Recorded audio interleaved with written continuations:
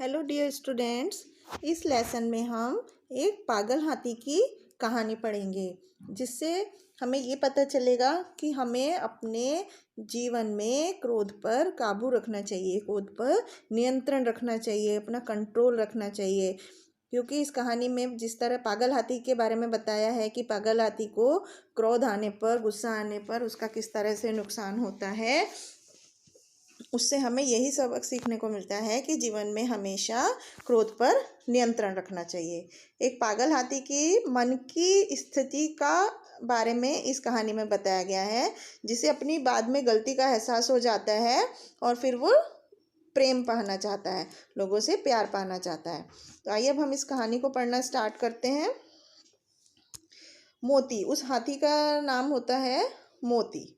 तो मोती राजा साहब की एक बहुत ही खास सवारी का हाथी था। ये तो बहुत ही सीधा और समझदार था वो, लेकिन उसको कभी कभी गुस्सा आ जाता था। मतलब मिजाज गर्म हो जाना, मतलब उसको गुस्सा आ जाता था और वह अपने आपे में नहीं रहता था। आपे में न रहना मतलब उसको अपने ऊपर कंट्रोल नहीं रहता था, अपने गुस्से पर नियंत्रण नहीं रहता था। तो उस हालत में उसको किसी भी बात का होश नहीं रहता था कि वो क्या कर रहा है, क्या नहीं कर रहा है।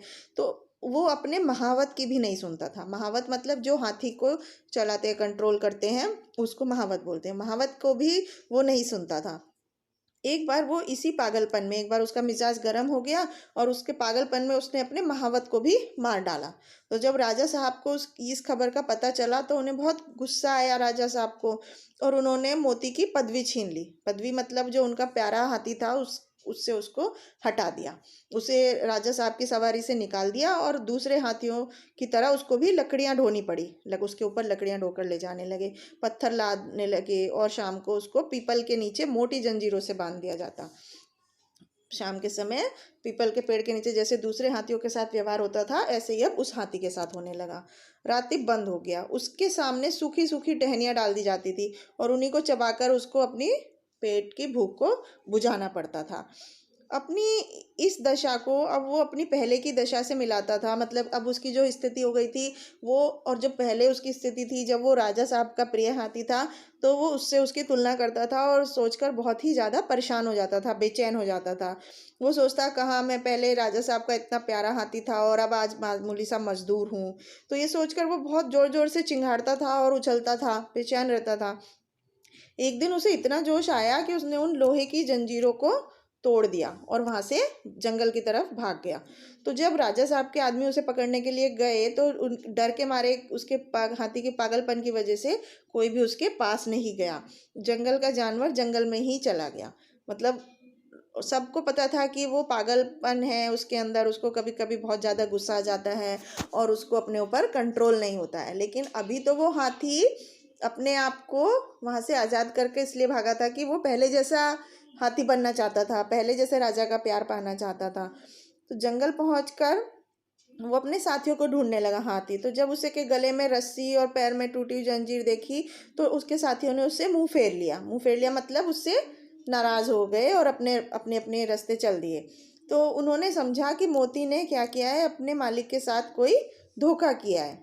नमक हरामी मतलब कोई धोखा किया है उसने अपने राजा साहब के साथ। मोती वहीं खड़ा रहा जब तक कि उसके दोस्त उसकी आंखों से ओझल नहीं हो गए। आंखों से ओझल नहीं होना मतलब आंखों से दिखना उसको बंद नहीं हो गए, तब तक मोती वहीं खड़ा रहा। फिर जाने उसने वहां से क्या सोचकर वो भागता हुआ महल महल की ओर चल गया। तो रास्ते में ही था कि उसने देखा कि राजा साहब शिकारियों के साथ घोड़े पर उसी की तरफ चले आ रहे हैं। तो वह एक बड़ी सी चट्टान के पीछे छुप गया जाकर। धूप तेज थी तो राजा साहब को जरा आराम लेने के लिए घोड़े से उतरे अपने, तो अचानक मोती पेड़ के पीछे से निकला और गरजता हुआ राजा साहब की ओर दौड़ा। तो राजा साहब घबरा गए और एक छोटी सी झोपड़ी में जाकर छुप गए। उनको लगा कि इसको फिर से पागलपन का दौरा पड़ गया। तो मोती ने पहले तो अपनी सूंड से छप्पर गिराया जिस झोपड़ी में वो छिपे हुए थे। छप्पर मतलब जो झोपड़ी की छत होती है। और उसके बाद उस झोपड़ी को पैरों से रौंद कर चूर चूर कर डाला।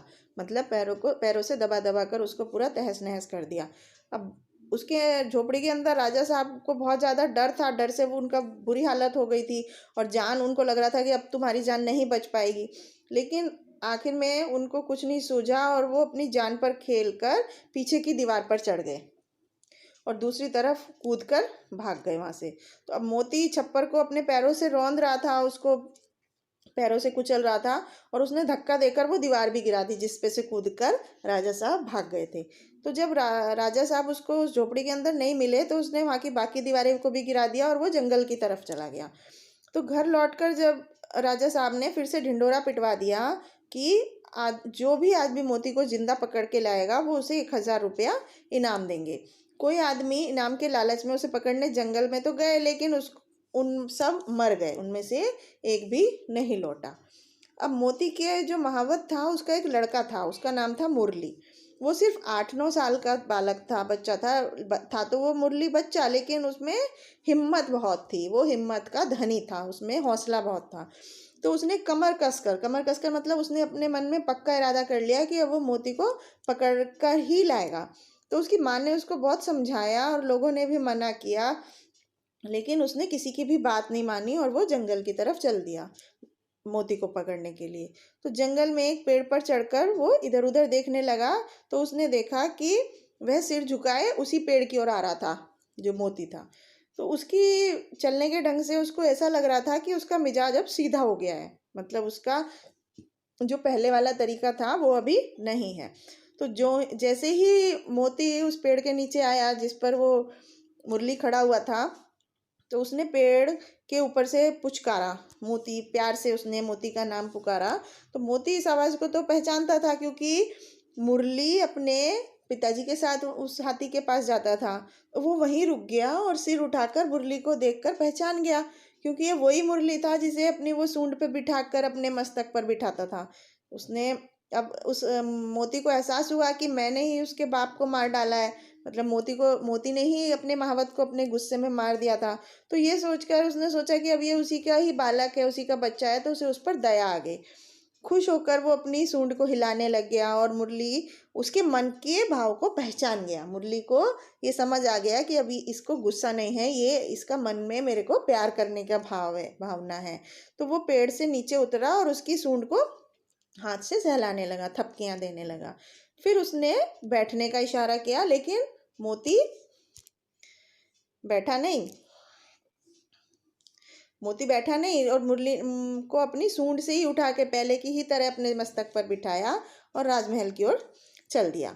तो मुरली जब मोती को लेकर राजमहल पहुंचा तो सबने अपने दांतों तले उंगली दबा ली। दांतों तले उंगली दबाना मतलब सब एकदम आश्चर्यचकित हो गए, हैरान हो गए, क्योंकि फिर भी किसी की इतनी हिम्मत नहीं हुई कि वो मोती के पास चले जाएं। तो मुरली ने चिल्लाकर कहा कि डरो मत, मोती अब बिल्कुल सीधा हो गया है, अब वो कुछ नहीं करेगा।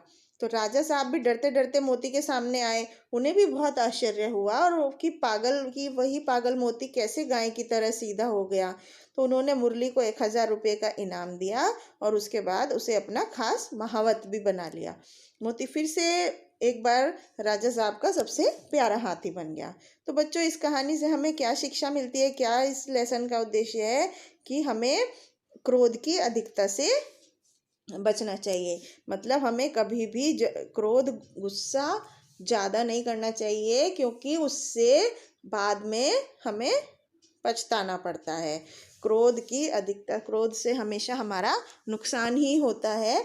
इसलिए इस लेसन में जिस तरह से हाथी का उसके अधिक गुस्से के कारण, क्रोध के कारण नुकसान हुआ, वो पहले राजा का सबसे प्यारा हाथी था और बाद में उसे किस तरह से बोझ ढोना पड़ा हाथ और दूसरे हाथियों की तरह, उसके क्रोध की अधिकता की वजह से। तो इस तरह से हमें अपने जीवन में हमेशा क्रोध की अधिकता से बचना चाहिए।